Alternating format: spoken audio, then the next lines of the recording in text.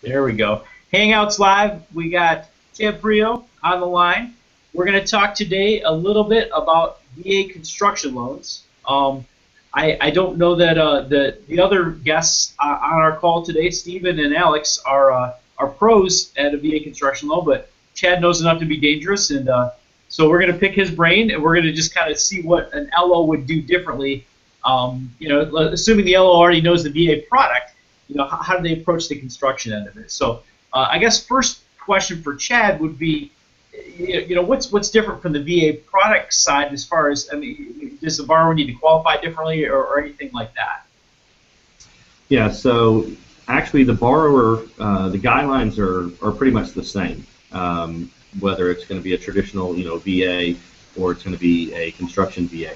The biggest difference between the two is that on the VA construction loan, it is structured a little bit differently. And what I mean by that is it's truly a loan where the borrower is bringing zero money to closing. And what that looks like is we get a sales price from the builder, and then what we do is then we fill out a worksheet for the VA construction and we send it into the VA construction investor. And what we're going to do from that point is they're going to roll in all of the closing costs.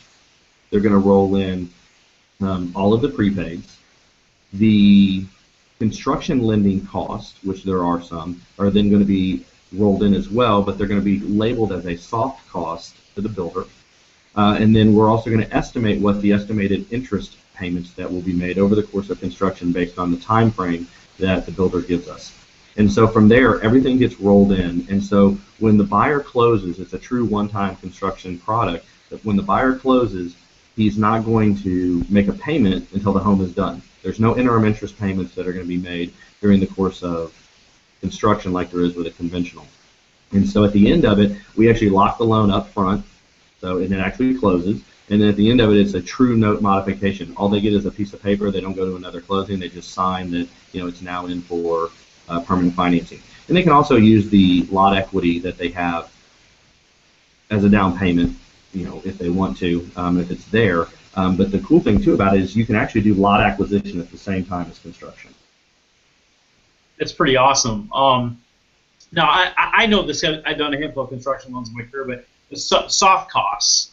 I don't want to put you on the spot, but some folks watching this may not have had a ton of experience. What it generally fits in that category of soft cost when you're running the numbers? Well, so a soft cost is a builder cost. So when you go and you buy a home, the builder has what's called hard costs and soft costs. Hard costs are basically sticks and bricks. What does it cost to actually construct the deal? Soft costs are builder expenses, interim interest, which are carrying costs, right? It costs them money to do it. Admin costs, things like that, things that it still costs to get the home done. So the idea behind the VA construction program is that the builder gives us a final price, right? And then what we do is we roll everything in, those things I just talked about. And then what happens is then the builder rewrites the contract, and we tell them what the new sales price is. And then the builder's net effect, which is why they like this, the builder's net effect is still the same. So if it's a $300,000 house and we have to roll it up to 315 or whatever that number is, the builder still on the day of closing is getting their 300. So there's no takeaway from the builder. There's only enhancement because it allows the veteran to get in with zero down. I've got one right now that's over $300,000. We paid off, the remaining of what his lot was, which is like $30,000, and he's bringing like 16 cents to close. Yeah, that's totally awesome. So, do you find any appraisal challenges with rolling additional items into the cost? Has that been an issue at all? It hasn't been yet, because in reality, a lot of times these folks, the only time that really becomes a problem, I think, is when you're doing true lot acquisition at the beginning, because you can only use lot value on the front end. But if you own the property for a year or two, at least in my market, obviously the market has improved, so you're going to have some sort of equity there in the property.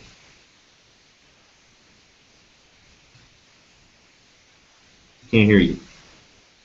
Oh, makes sense. I hit the mute button. Sorry. Rookie move there. So yeah, with the ability to roll in and go closer to 100, obviously that's awesome on a VA, where standard 10 or 20% equity price is a lot harder to do. So that's awesome. Yeah, most conventional loans here in Texas are 20% equity. We do have some that we do at 10%, but I mean, you can't beat if you're a veteran. I mean, now we have this product where you can literally get in with 0%. I mean, you can't beat that. Yeah, that's awesome. So what is the talk with the builder? I mean, how do you present this to the builder any differently? You know, builder that may be skeptical about the veteran. I mean, I imagine you talk about the fact that once you close, it's a real deal. But you know, there's probably some questions about the draw process, about the ultimate paperwork, how the builder is going to get their money, when they're going to get their money, are they able to get money up front? Is it only based on work that's completed? Not to throw you too many curveballs, but it's the kind of stuff that we know comes up anytime someone's talking about a construction loan. Yeah, so I think a lot of the times, honestly, the biggest thing is a lot of LOs don't understand the difference between a construction loan and a new home construction. Okay, new home construction with builders, and I know this because I spent almost 10 years on the other side of the business in new home construction. When you're buying in a community, that's not what this product is for. When you buy in a community, the builder carries all of that, and you just do a permanent loan at the end, which a lot of people understand. What this product is great for is for large builders that have build on your lot programs, or the small custom builders. And when I say small, 10 to 20 units a year. Because what they're looking for, and the way that whole premise works, is they don't want the carrying costs. It's very lucrative to them to not have to carry all the carrying costs or build in the inventory. And the draw to them is they know once this loan closes, they're getting paid. As long as they deliver the product, they're going to get paid. So what I do is I go after, I mean, obviously the small to medium-sized custom builders, but I also have some large builders that have true build-on-your-lot programs that we do this for.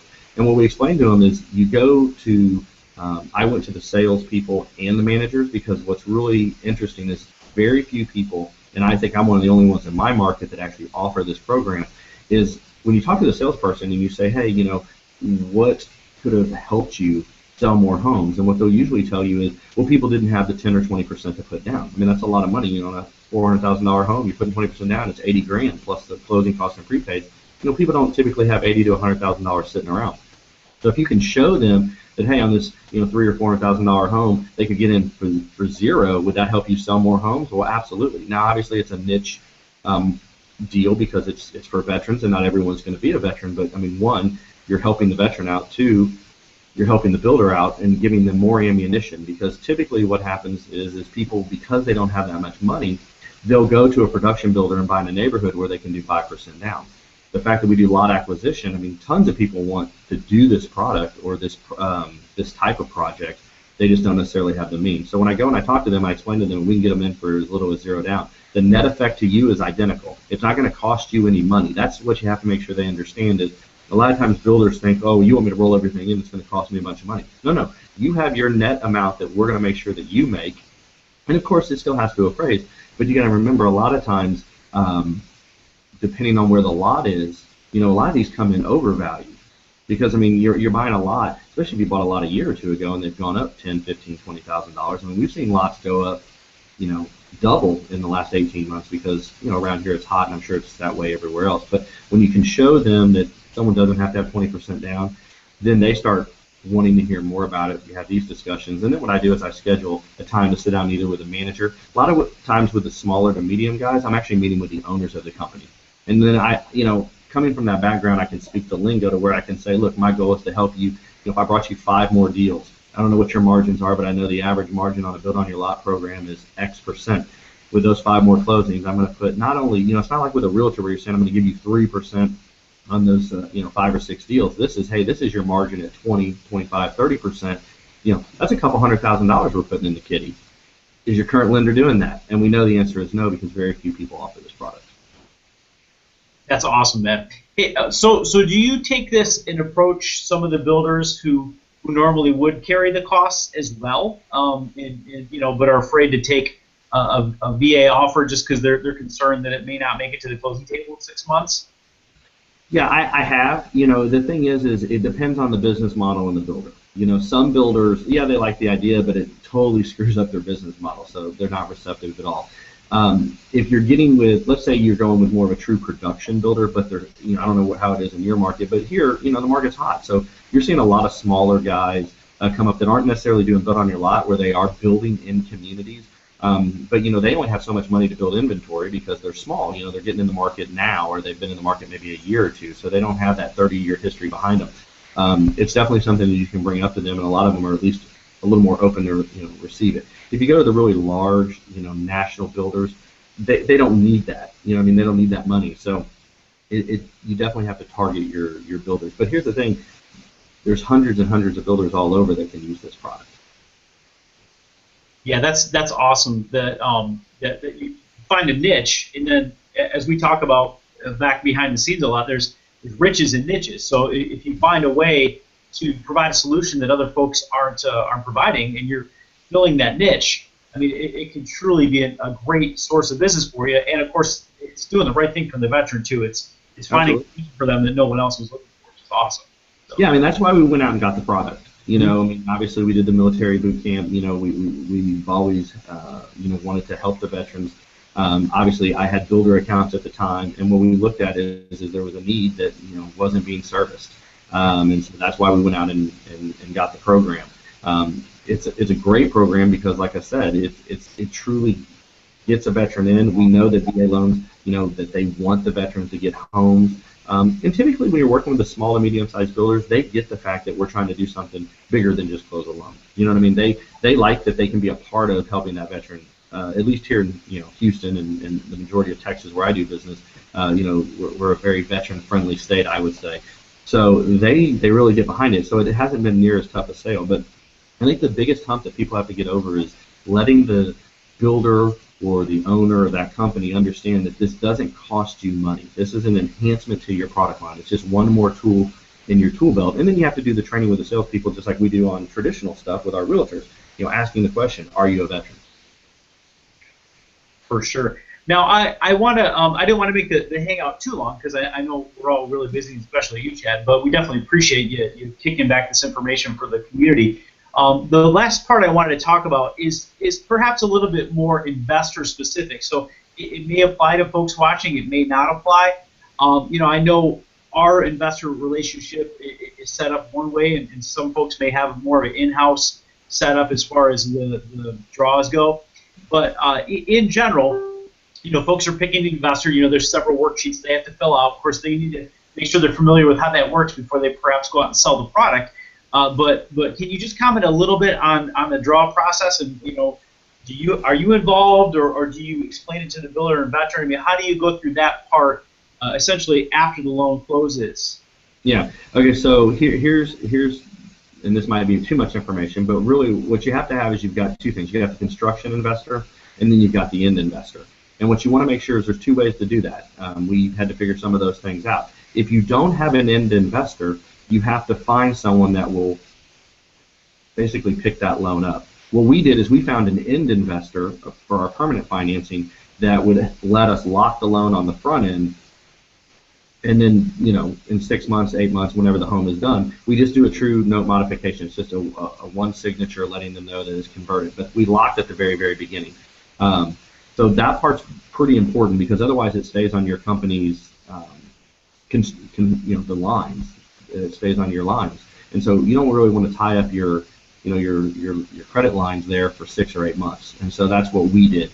Now, as far as the draw goes, it's a pretty simple step process. I mean, we've worked with the builders. It is on Work Complete. They use any of the equity up front or any money, depending on if the builder decide or the veteran decides to bring any money. But it's typically a 5-draw process. And so we actually give the builder the draw schedule. Now, at that point, if the builder is like, oh, well, you know what, I really need this extra draw for this or this extra draw for that, what I have seen is we've been relatively flexible. But it's just a 5 draws, which is pretty standard. Here's the thing that you guys got to understand. These people that we're doing business with, meaning the builders, this is not their first rodeo. They do this all the time. It's not difficult for them to understand, oh, yeah, it's a 5-draw schedule, because that's pretty much what they're doing everywhere. That part is kind of industry standard. What I think the biggest difference is, guys, is that no one is really doing these products because they don't understand it. They don't understand that there is a market for this with builders. When you go to the builders, they get it. You know what I mean? Like the part of what the structure looks like on that end, they don't have any issue. What they just want to make sure is that it doesn't cost them any money, and that the fact that we can get them in for 0 down or next to nothing out of pocket, that's the big draw. Well, I think you really hit, for me, what is a key point, and I thought about it, but I had never really heard it until you just mentioned it minutes ago. The places that I've worked at in the most recent few years that had the product, I was a little bit scared of it because every LO that I talked to said, "Oh, well, the builder will never accept that because the builder's going to have to carry the costs." Well, in the back of my mind, I said, well, that just doesn't make sense. Why would a builder carry the costs? But the first thing that you open the presentation with is, well, there are costs, and you explain it to the borrower and the builder, and you just understand that that's part of the sales price, as opposed to just taking what the builder was negotiating and taking it off the top and cutting into their profits, because obviously they'll never accept an offer if that's the case. Yeah, and the thing is I'll be honest, when I first started, I was a little nervous because, I mean, you roll in quite a bit. I mean, you're rolling in all your closing costs, all your prepaids, and all your interim interest. I mean, that's a lot of money, and that could be $10,000, $15,000, $20,000 depending on the price of the home. But here's what I tell them. I'm like, okay, but here's the thing. What's your break even? On $20,000 at the interest rate of 4%, 4.5%, whatever it is based on their profile, you're raising your payment, $120, $150 a month. But we just kept all that money in your pocket. We talked that that's a 12 to 13 year break even. Those types of things. My VA guy, one of the first VAs I did, I'm like, man, we rolled in like $18,000 on this $300 and something thousand deal.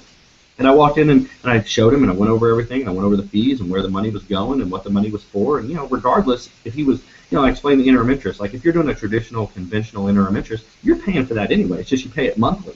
In this case, you just roll it in. I mean, that's perfect. And when I showed him he was bringing 46 cents to closing, he was like, where do I sign? He didn't even care how much it was because it was like, oh, zero in? Oh, and my payment's this? Perfect. Where do I sign? Because I like the idea that I can keep my $18,000 or $20,000 in my pocket or in the market or whatever. Can't hear you. Yeah. Oh, sorry. Yeah, I know. I'm trying to unmute it so it doesn't flip back and forth if I accidentally say something because I'm a talker. All right. I think that was an awesome hangout. And we could sit here and go through the forums, but everyone that's going to watch this has their own forums. And those of us that work at the same company, we can share those together. But I think that the main point was just getting over our fear of researching the product, selling the product, and offering the product. So I guess I'd like to just close and maybe see, Stephen, if you have any other questions, or Chad, if you have anything to add that I didn't ask a question on. Let's flip to Stephen and then Chad, and then we'll close it out. Not offhand. I mean, one of the questions is how nice it is to have the interim interest and all the closing costs rolled in. I guess the one question that to confirm with Chad for everyone else is, does the home need to appraise for the purchase price plus all the interim interest and everything that's added in, the soft costs? What's that answer, Chad? That answer is yes. So what happens is once we roll everything in, you get the worksheet back from the construction group, and then we actually get a new final contract with everything rolled in. And then we structure our loan internally, and it matches the construction lending group's worksheet. So we put in there that the seller is paying, $4,000 in closing costs, and they're paying, whatever it is, $4,000 or $5,000 in, prepaids and all that. We don't put in anything about the soft cost because actually the builder is the one who technically pays that. It's just being rolled in. But yes, it does have to match the sales price. Gotcha. Okay. Good answer. Thanks. But that's where that equity in the property, if someone's on the property for a year or two, that's where that equity helps offset that. Yep. And that makes total sense, and that's where a lot of that LO confusion comes in, is they read those guidelines and they're like, oh, the builder has to pay this. Well, that's absolutely correct, but it's a question of how you explain it to the borrower and the builder. It's not necessarily something that's coming out of their pocket. It's just an accounting trick. Well, and here's the thing you guys need to understand. If you work with any sort of builder, every builder that builds in a community has interim interest in what they call their pro forma.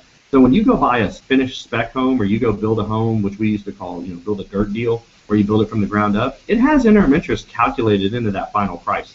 So that's what I'm saying. When you go talk to these builders, they're going to understand the lingo. What you just have to know how to do is be confident in how to explain this to them, that it doesn't actually cost them money. If anything, you're just there to help them close more deals. The net effect of them will be the same at the end of the process. Cool. Well, I think we're going to close if you have anything else to add, go ahead, Chad. I did want to ask one last question, so I'll ask my question. Anything else you got to add, and then we'll close out. My last question, again, this is a company-specific question, but I know we've done some research on different investors, and what investors have you heard of, or the ones that we work with that even offer this product? Because I know some folks perhaps may not be aligned with those investors to start with. Yeah. Well, and that's the thing. We weren't always in line with these investors. So the investor that we use for our permanent, which is to me one of the biggest components, it has allowed us to not keep it on our credit lines, and it's also allowed us to lock in the loan. See, before we didn't have where you could actually lock it in. We were basically floating just like a conventional. But the big draw to the veteran is that they know right now this is what the rate is going to look like at the end of the process. So we use a company called AFR. They're fantastic. They're quick to respond. The way that works for us is we get the new contract. Basically, you structure everything just like you would for a traditional loan. The only difference between a normal VA loan and this loan is that we send this loan directly to them as the final investor to do the underwrite, just like you would for a jumbo or say a sub 620 credit score, and they underwrite it. So what they're saying is they're going to take that preliminary look. If they like it, which they have so far, we haven't had any problems because obviously the guidelines are the same, and they're basically saying that they're going to take this deal at the end of the process and then they close it, and it's a pretty smooth deal. So that's the company that we use. It's been a good company. I don't know. I'm sure there are other companies out there, but that would be obviously for your company to figure out who that end investor, because to me that is the most critical piece to find to be able to offer this product. Well, then you use a separate company for the draws, right? It's not the same company. Okay, so yeah, if you want, I'll go into that real quick. So basically, remember when I said we send it to the construction lending group? That's actually a company. So our company, and not to tout the name, but Hancock Mortgage actually funds the loan, just like we would any other loan. Then what happens is the construction lending group or other company actually comes in and purchases the loan. This is the behind-the-scenes stuff that only ULOs will understand. They purchase it from us. Then what happens is they're the ones that issue the draws and have the draw schedule with the builder. From there, what happens is when the home is done, they let us know. All this stuff takes place behind the scenes, but then we buy the loan back.